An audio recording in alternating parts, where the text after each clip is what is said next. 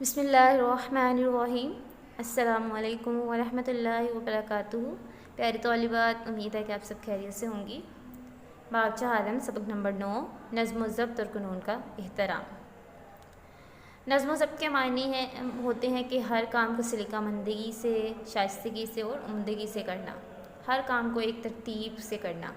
और कानून का एहतराम क्या है? कवानीन किसी भी माशरे को पुरअमन तरीके से चलाने के लिए उसके कुछ उसूल व ज़वाबित होते हैं जिनको कवानीन कहते हैं, और उन कवानीन को माना हर एक शख्स के लिए क्या होता है? लाजिम होता है। इसीलिए इस तरह जो अल्लाह ताला के बनाए हुए कवानीन हैं जिनका मानना हमारे लिए क्या है? ज़रूरी है। कायनात का निज़ाम, पूरी कायनात का निज़ाम नज़्म व ज़ब्त से चल रहा है। जैसे हम देखते हैं कि सूरज सुबह के वक़्त निकलता है और रात के वक़्त गुरूब हो जाता है, और रात के वक़्त चाँद अपने मुकर्ररा वक्त पर आ जाता है। और इसी तरह जो है सितारे भी रात के वक़्त चमकते हैं। कभी भी हमने ऐसा नहीं देखा कि चाँद दिन के वक़्त आया हो या सितारे दिन के वक़्त आए हों। ये अल्लाह ताला का बनाया हुआ एक निज़ाम है कि कायनात भी नज़्म व ज़ब्त के साथ, एक ज़ाब्ते के साथ चल रही है। तो किसी भी काम को करने के लिए नज़्म व ज़ब्त का एहतराम करना और कवानीन का एहतराम करना, नज़्म व ज़ब्त का ख्याल रखना ज़रूरी होता है। सबक में हम इसी हवाले से पढ़ेंगे। मुताला करते हैं। अल्लाह ताला ने कायनात की हर चीज़ को किसी न किसी ज़ाब्ते के तहत बनाया है, किसी न किसी कुलिये के तहत बनाया है, एक तरतीब के साथ बनाया है। वो चीज़ उसी ज़ाब्ते और नज़्म के मुताबिक चल रही है। सूरज अपने वक्त पर मशरिक़ से तुलू होता है और मगरिब में ग़ुरूब हो जाता है। चाँद की 2 मंजिलें मुकर्रर हैं, उससे वो ज़रा भी इन्हिराफ नहीं करता। इन्हिराफ यानी अलहदगी इख्तियार नहीं करता, रूगर्दानी नहीं करता, किनारा कशी नहीं करता, बल्कि रोज़ाना चाँद अपने मुकर्रर वक्त पर आता है। दिन और रात भी अपने अपने वक्त में रूनुमा होते हैं, निकलते हैं, ज़ाहिर होते हैं।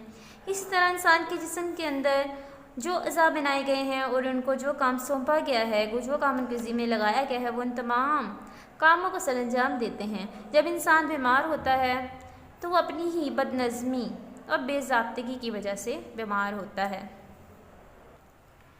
बेज़ाब्तगी बेतरतीबी को कहते हैं। यानी जब इंसान बेतरतीबी से कोई भी काम करता है, यानी जब फ़र्ज़ ऐसे ग़िज़ाएँ खाता है और उनको तरतीब के साथ नहीं खाता या बहुत ज़्यादा खा लेता है, या कोई भी ऐसा काम करता है जो उसके जिस्म के मुताबिक नहीं होता, तो इंसान क्या हो जाता है? बीमार हो जाता है।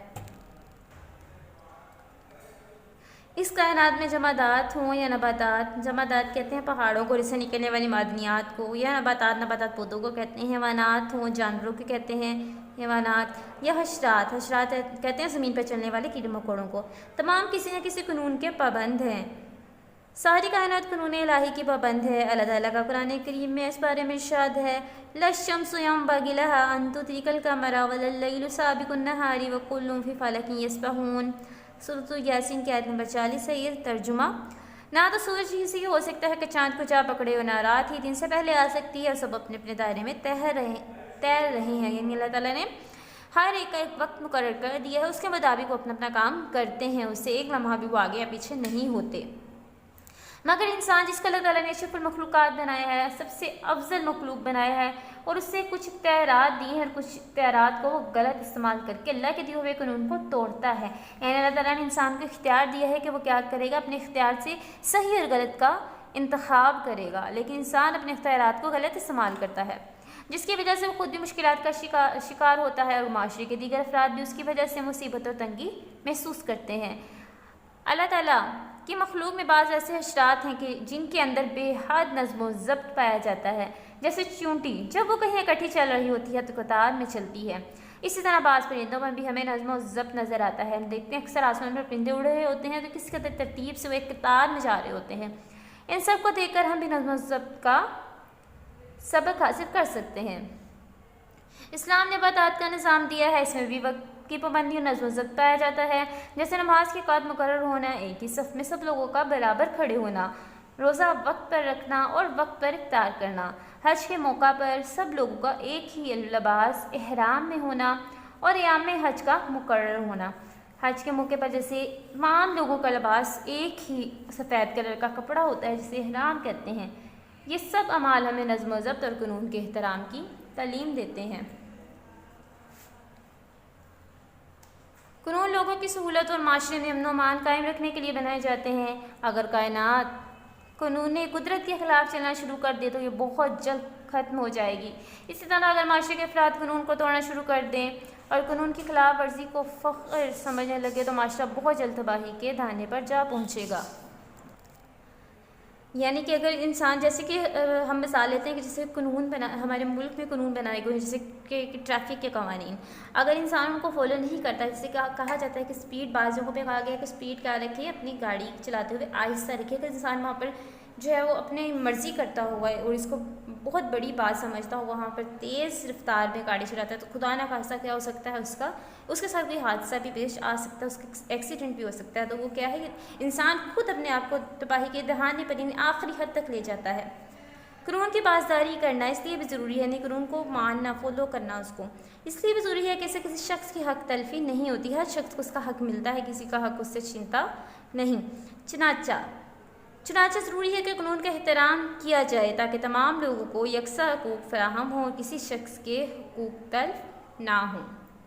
मुश्किल सवालात की तरफ चलते हैं। मुश्किल सवाल नंबर 1 है, तफसीली जवाब दें। अलिफ, क्या कायनात किसी कानून के तहत पैदा की गई है? वजाहत करें। शुरू से इसका जवाब लगाएं। आपने इसका जवाब इस तरीके से देना है, जी कायनात किसी कानून के तहत पैदा की गई है, या और उसके बाद यहाँ से इसका जवाब लगाना है, अल्लाह ताला ने कायनात की हर चीज़ को किसी न किसी ज़ाब्ते के तहत बनाया है। यहाँ से लेकर आपने अपने दायरे में तैर रहे हैं, यहाँ तक सवाल नंबर 1 का जवाब लगाएं। सवाल नंबर 1 के अलिफ जुज़ का। सवाल नंबर 1 का हा जुज़ है, कानून का यकसा नफाज क्यों ज़रूरी है? कानून का यकसा नफाज क्यों ज़रूरी है? आपने इसका जवाब सवाल से शुरू करना है।